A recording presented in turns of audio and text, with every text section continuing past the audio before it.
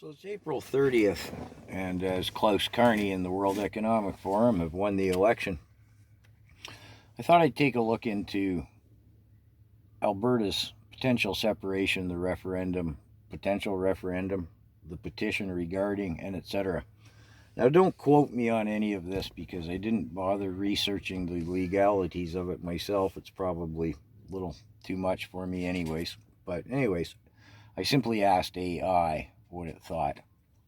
And it's not always accurate, as we know. But what it told me is the petition to have a referendum, 20% of the population has to be pro-separation, so to speak. 20% of the provincial electors are required, with at least 2/3 of the electoral divisions meeting the 20% threshold. Again, don't quote me on the exact accuracy of this. It's not my research, it's what Meta AI has to say. So, if that's accurate on the petition, then they could have a referendum where 50 plus 1% at least has to be pro-separation in the referendum. Although now we come into something called the Clarity Act, which was passed in 2000. A clear majority must happen. What's a clear majority? Is that 50 plus 1? See, we run into the federal government's vagaries as always. So anyways, let's say the referendum passed and met the threshold of the Clarity Act. What happens then? Well, again, it's all pretty gray. Negotiations then begin with the federal government. Something here in the Clarity Act, potentially approval from the other provinces. Potentially.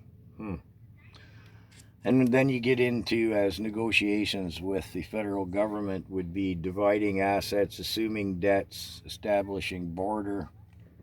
What else we got? The future of social programs, trade agreements, international relationships, and etc. The feds could offer incentives to Alberta to stay, basically saying, perhaps, okay, we'll leave your oil alone and let you build a pipeline to James Bay or something. Who knows?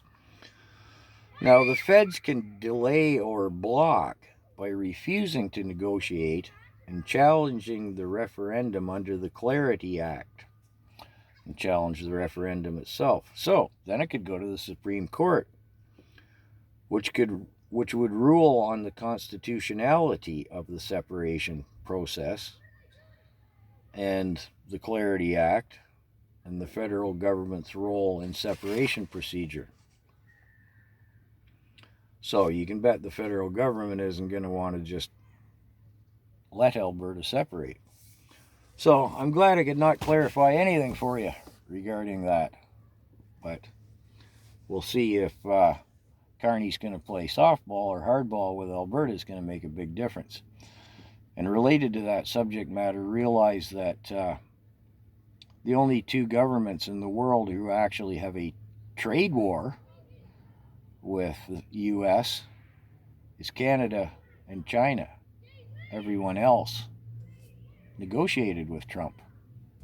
Clearly a negotiational tactic, the whole trade war business that Carney ran his election platform on.